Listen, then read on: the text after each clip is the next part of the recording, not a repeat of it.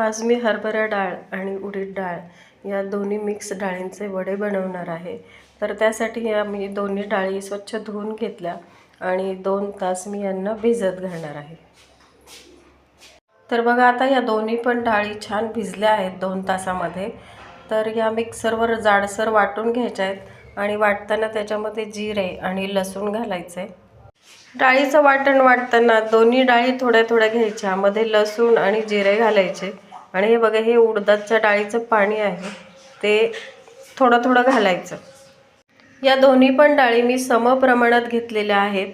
तुम्हाला हवं असेल तर तुम्ही 2 वाट्या उडीद डाळ आणि 1 वाटी हरभरा डाळ असंही घेऊ शकता। पण डाळी मी जाडसर वाटून घेतल्या आणि त्याच्यामध्ये चवीप्रमाणे तिखट, मीठ आणि थोडासा बेकिंग सोडा घातलाय।